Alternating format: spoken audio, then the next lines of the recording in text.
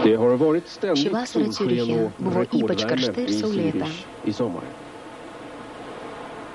Tai didžiausias Šveicarijos miestas, viso pasaulio finansininkų ir bankininkų centras, dabar jis pritraukė 10 000 turistų.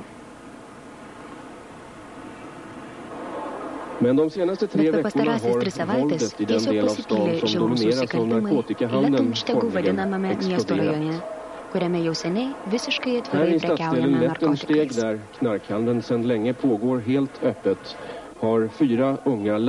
Čia buvo brutaliai nužudyti 4 jauni prekeiviai, vieni sušaudyti, kiti papjauti. Šis nusikaltimas ne tik sukrėtė narkomanus ir visuomenę, bet ir paaštrino laisvos narkotikų politikos problemą. Dabar vis dažniau keliamas klausimas, ar valdžia kontroliuoja padėtį. To negalėčiau tvirtinti. Esame atsidūrę kritiškoje padėtyje. Mes neturime tiek vietų kalėjimuose, kad galėtume imtis priemonių prieš nusikaltėlius. Todėl pastaruoju metu jie metė miestui iššūkį.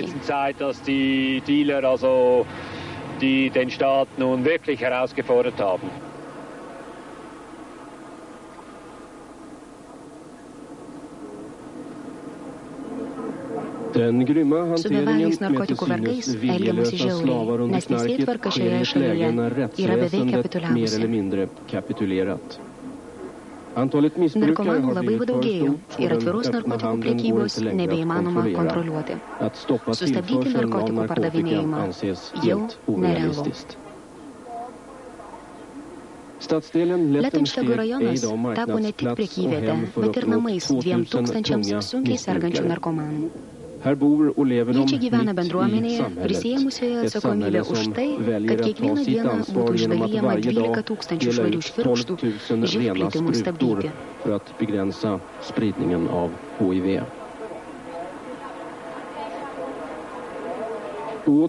Nepaisant tokio atviro nusižeminimo, kontrolė ir gydymas čia nelaikome išeitimi.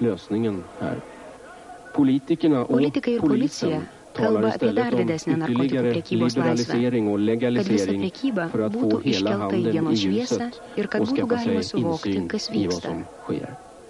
Tikimės, kad politikai ras sprendimą, kaip sušvelninti įtemptą padėtį ir kaip išlaisvinti narkotikų prekybą. Šiuo metu atrodo rengiamasi kaip padaryti. Gal laisviau bus kalėjimuose.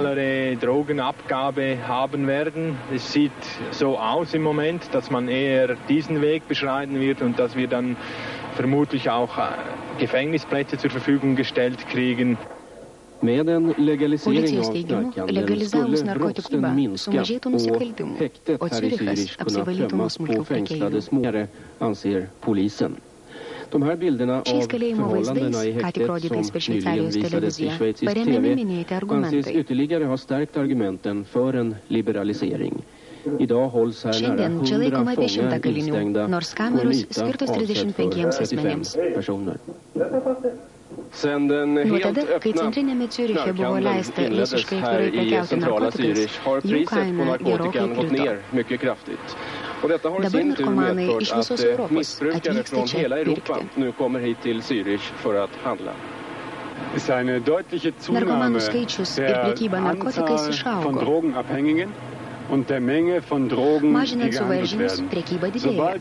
Šiandien narkotikai jaunimui siūlomi net mokyklose. Visa tai yra šio laisvo nusistatymo padarinys.